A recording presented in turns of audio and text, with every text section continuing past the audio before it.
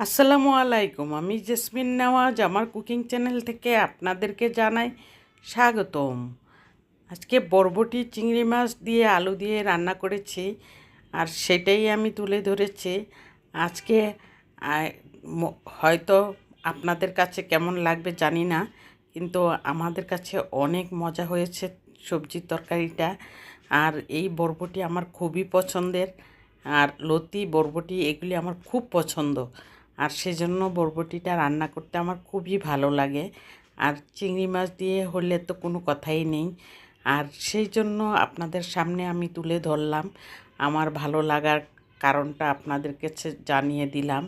আর এই চিংড়ি মাছটা কষানোর পর মশলা তারপরে আমি দিয়ে দিলাম। আর এখানে হলুদের গুঁড়া, মরিচের গুঁড়া, ধনিয়ার গুঁড়াই দিলাম শুধু, আর তেমন কিছুই দেওয়া লাগে না। আর অন্য কিছু দিলে আমি খেতে পারি না।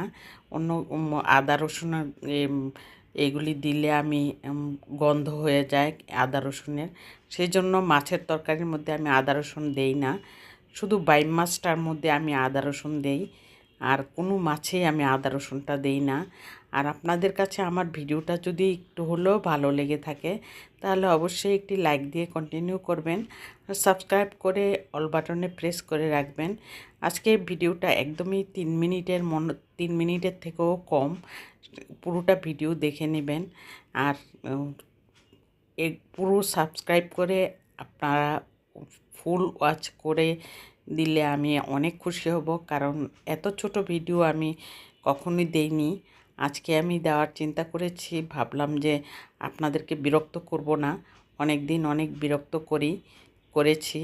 আর সেই চিন্তা করে ভাবলাম যে ছোট ছোট ভিডিও দিলে হয়তো আপনাদের দেখতে সুবিধা হবে, পুরোটা ভিডিও দেখে নিতে পারবেন। সেই চিন্তা করে কিন্তু আমার এই কথার পরিপ্রেক্ষিতে, সময়ের পরিপ্রেক্ষিতে আমার বরবটি তরকারিটা হয়ে গেল।